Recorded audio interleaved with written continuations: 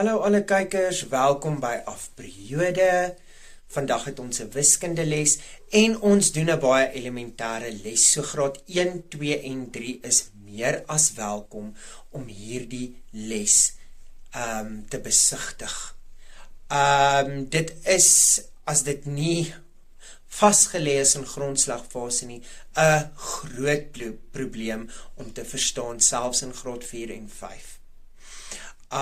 Mense, as ek praat van hierdie tipe van konsepte, beteken dit dat wanneer ek dit sê, moet dit sommer dadelik in jou kop 'n gordyn oopmaak en jy moet dit kan doen sonder om te wik of te weeg, sonder om eers te dink. As iemand jou wakker maak in die aand, moet jy hierdie tipe van basiese konsepte kan doen. Jy moet dit onder die knie hê. En vandag kyk ons na verdubbel en halveer. Nou, ek gaan begin by verdubbel. Nou, ouens, verdubbel is wanneer ek 'n getal het en ek plus presies daai getal met homself. Of die ander manier hoe ons dit kan sê is, ek maal hom met 2. So ek het 'n groepie blokkies, 5, en ek moet dieselfde hoeveelheid wat ek het, bysit, nog 5. En dan het ek 10. So 5 verdubbel is 10.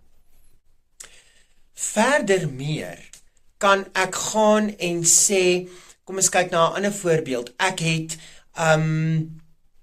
17 albasters. En ek speel saam met my vriende en ek wen dieselfde hoeveelheid. 17. Hoeveel het ek nou? 17 plus 17 is 34. So 17 het verdubbel na 34 toe. Reg. Ouens, nou kyk ons na halvering. Halvering is die teenoorgestelde. Dit beteken ek halveer 'n getal. Ek sny hom in die helfte. Goed. As ek het 20 stukke koek en ons eet die helfte van die koek, dan het ons 10 stukke geëet, so 10 bly oor. Ek kan ook sê ek deel dit met 2. Reg.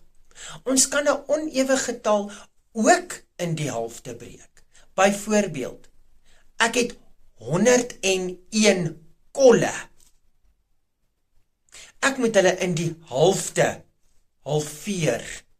So ek sit met 50.5 of 50,5 kolle, kry die een maat en die ander maat kry 50,5 kolle. Die desimale sal eers van graad 6 en 7 af inkom, wanneer ons desimale doen, die komma of die breuke. Vir nou moet jy die konsep verstaan, dat wanneer ek verdubbel, maal ek met 2, of ek sit dieselfde hoeveelheid by.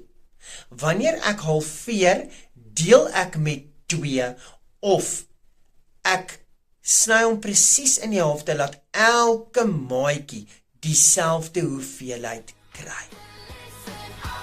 Mag julle 'n wonderlike pause hê, en ek sien julle die volgende afperiode. Totsiens!